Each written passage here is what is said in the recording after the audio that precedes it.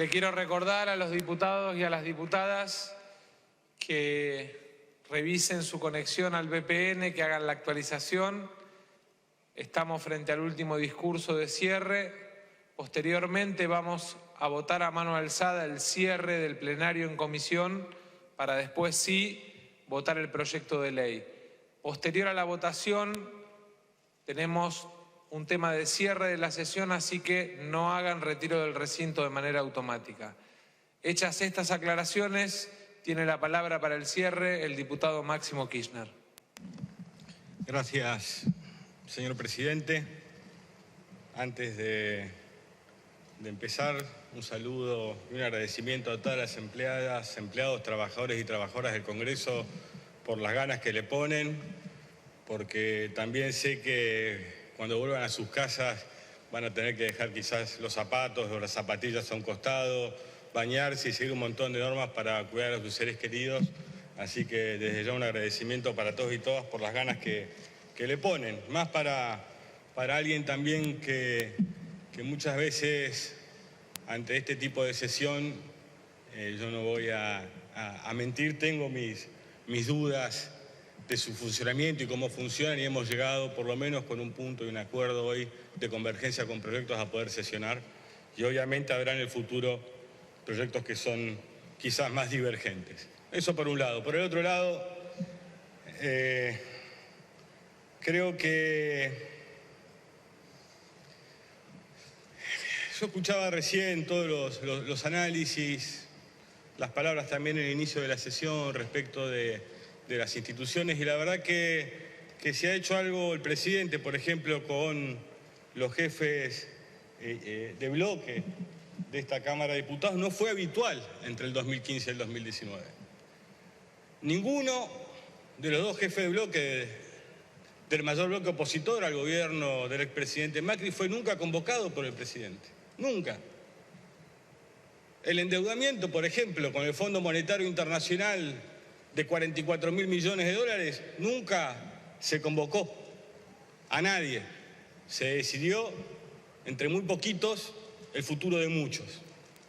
En ese momento, obviamente, quizás las instituciones no eran tan importantes. Incluso cuando uno dice hemos vuelto al 2006, hasta sería interesante porque, por ejemplo, no le deberíamos al Fondo Monetario Internacional 44.000 millones de dólares porque ya habíamos cancelado la deuda en diciembre de 2005 con el Fondo Monetario Internacional. Es más, cuando uno mira el impacto económico, por ejemplo, hoy en Chile, Piñera recurre por la pandemia al Fondo Monetario Internacional a solicitar 24.000 millones de dólares. Argentina sin pandemia tuvo que ir al fondo por decisión de su presidente y pedir 44.000 millones de dólares porque la lira turca no sé qué cosa había pasado. Si hacemos una regla de tres simple para comprender la magnitud del desastre económico que se atraviesa y la responsabilidad que hay que tener, es fácil. Si la lira turca generó que la Argentina tuviera que ir a pedir el rescate del Fondo Monetario de 44.000 millones de dólares, esta pandemia mundial, también descrita recién por el diputado preopinante, donde 160, 170 países se dan de bruces con el suelo, imaginemos. Imaginemos también, por ejemplo, cuando hablamos de la certeza de los presupuestos, para construir certezas, para saber cómo construimos la inversión estatal, que siempre es llamada gasto por algunos, pero para mí es inversión estatal, la inversión en salud, la inversión en educación, la inversión en vivienda. Falta nomás hacer un poco de memoria para el 2017 darnos cuenta que este Congreso votó un presupuesto un día y a las 24 horas en una conferencia de prensa el 28 de diciembre ese presupuesto voló por los aires cuando modificaron todos los parámetros de inflación que iba a haber, que había pasado del 5 al 15 o al 20%, todo se destrozó ese presupuesto. Y llegamos al 2019 sin un funcionamiento casi de este Congreso. Casi no funcionó. Y no teníamos presupuesto. Para colmo, la situación empeoraba hora tras hora en el 2019, porque íbamos a una elección, terminaba las PASO y el lunes el presidente por poco incendiaba el país y disparaba todas las variables económicas y la gente empezaba a retirar el dinero. Estas son cosas que sucedieron.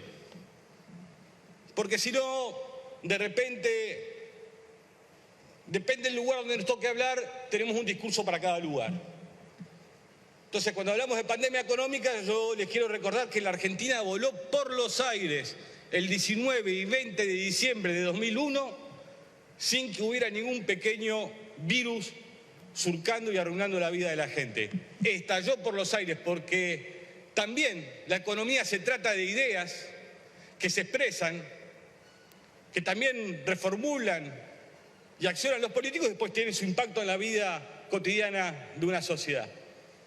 Entonces, creo que lo que sí tenemos que pensar,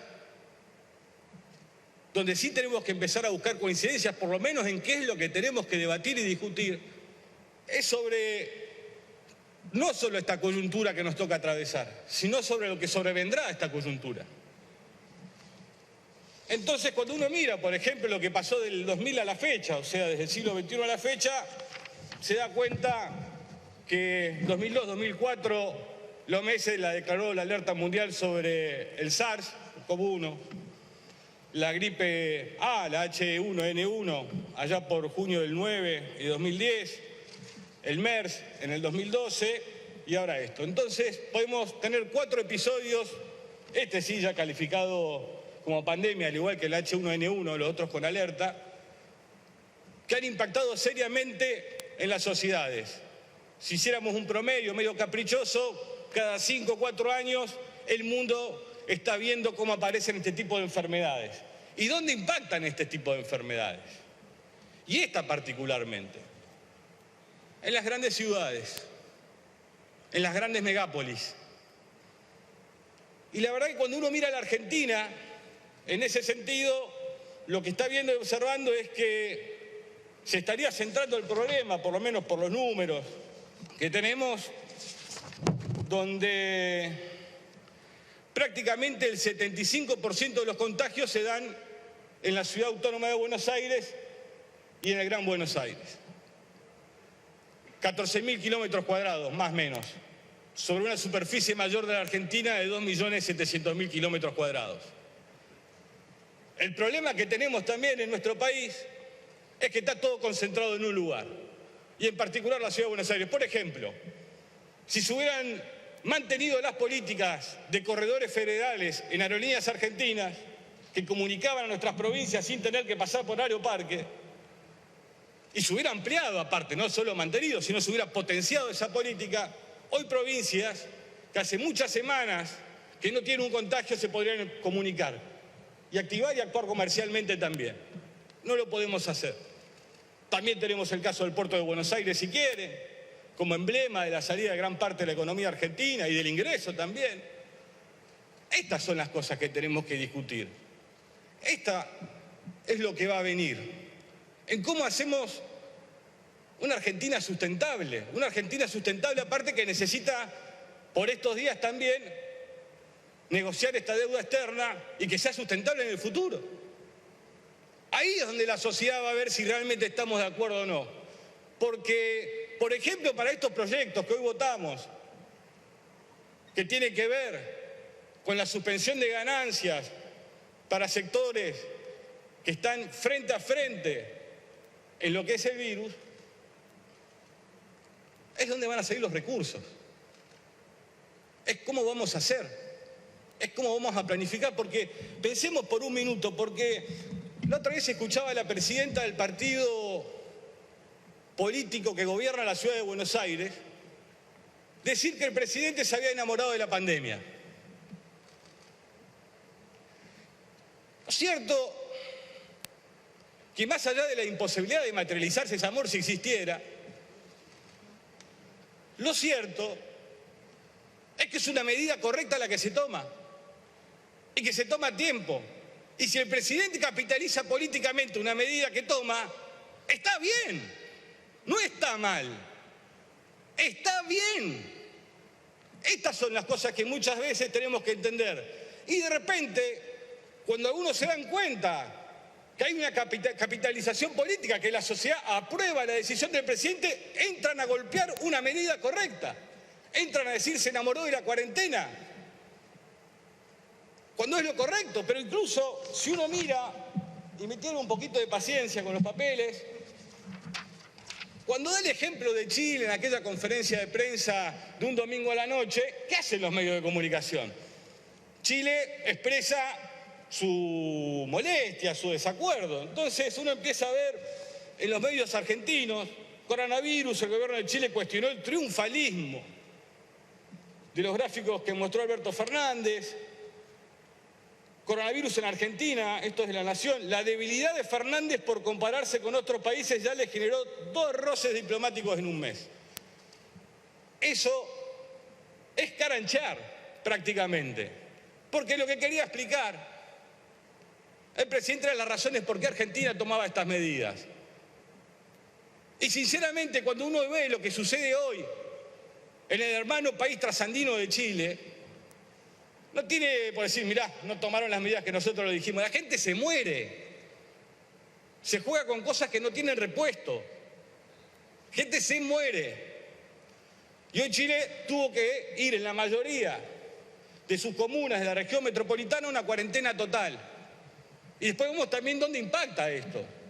Miren, muchas veces dicen hay que abrir la economía, hay que abrir la economía. Yo hoy andaba por la calle y veía a la gente con barbijo, con máscara de plástico. ¿Hasta dónde nos van a llevar?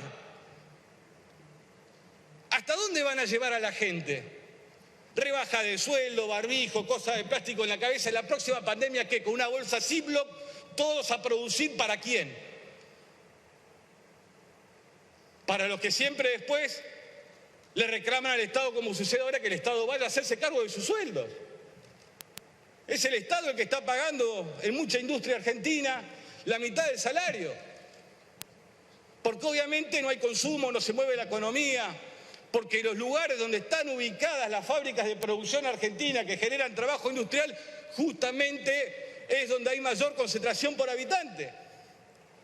Es una Argentina que se ha vuelto muy chiquita en un punto y desperdicia gran parte de su territorio y sus oportunidades. Por eso, miren, cuando uno mira los números, la provincia de Buenos Aires tiene 140 casos por millón de habitantes, o 14 por cada 100.000 habitantes. La Cava 993 por millón de habitantes, 99 cada 100.000 habitantes. Podríamos comparar también Lomas de Zamora y La Matanza y Cava. ¿Y saben qué pasa? También son las formas y estilos de vida. Tenemos que hacer una Argentina. Mira, hay un proyecto del diputado preopinante de la doctora Carrió y de Mazot, aprobado hace 2 o 3 años, que es el RENAVAP, la ley de RENAVAP, se recordarán, que tenía un fideicomiso, que es para hacer lotes con servicios, porque de repente entramos a enterar que a mucha gente que nunca le preocupó cómo vivían millones de argentinos y argentinas, se entraron a preocupar que no podían hacer cuarentena por cómo vivían en estado de hacinamiento. De repente entramos a ver títulos, hambre mata cuarentena.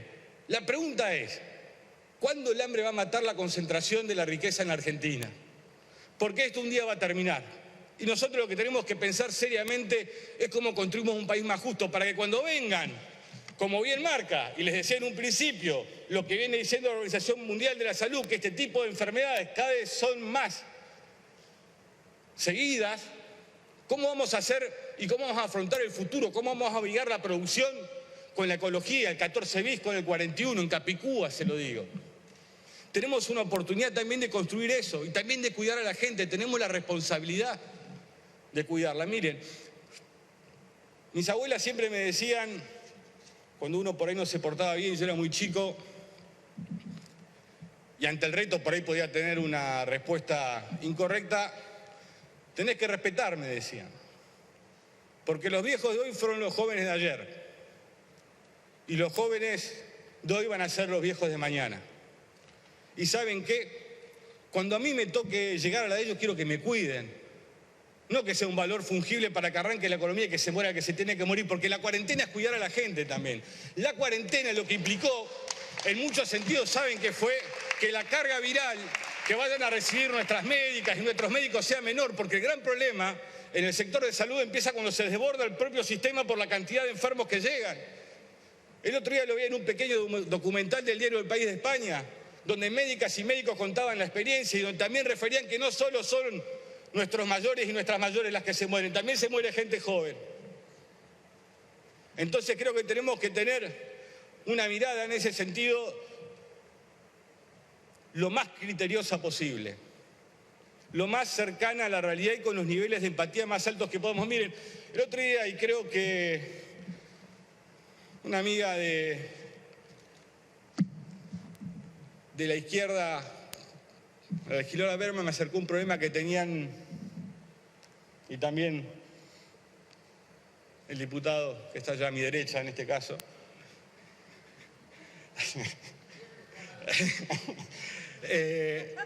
un problema que había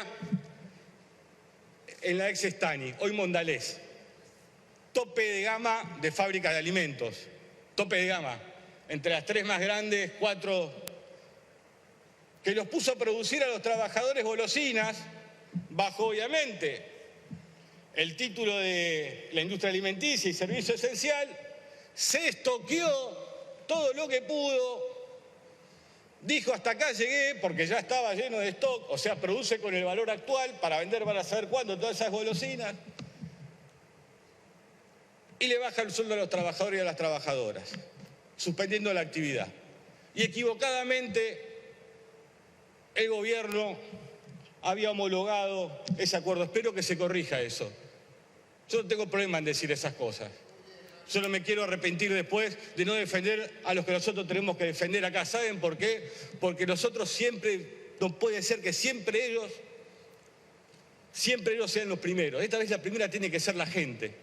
Tenemos que poner en el centro de la acción del Estado a la gente de carne y hueso, a esa gente de carne y hueso que en los barrios más populares y más marginales la está pasando realmente mal. Y que aquellos que piensen que es cosa de viejo y que es cosa de pobre, que la lengua se le haga a un lado si tienen gente que quiere. Es cosa de todos y todas salir adelante en esto. Y por eso tenemos que aprender a cuidarnos entre todos y todas y dar a las discusiones que tenemos por delante realmente el contenido necesario, que es pensar la Argentina no solo de hoy, sino de mañana y para 10 años más, para que realmente, por ejemplo, como la ley del diputado preopinante del RENAVAP, en la Argentina podamos fondear realmente ese fideicomiso para poder hacer lotes con servicios para terminar con el hacinamiento de nuestra gente en los barrios populares. Ahí sí voy a creer que realmente la clase política ha madurado. Hasta que eso no suceda, no lo haré. Quiero, para cerrar, y gracias porque nadie ha pedido el tiempo y me he extendido, agradecer también que siempre que se los convocó a la oposición participó. Yo otro día lo veía incluso al jefe de gobierno en la ciudad con Axel Kicillof y con el presidente. Es ahí. Y si hay mucha presión, y si el presidente siente presión de los sectores económicos, y si el jefe de gobierno en una ciudad compleja siente presiones de sectores económicos para abrir a lo que dé lugar, sin tener a la gente en el medio, que sepa que cuenta con nosotros para aguantar esa presión y preservar lo que tenemos que preservar, que es la vida de la gente. Muchísimas gracias, señor presidente. Gracias, diputado.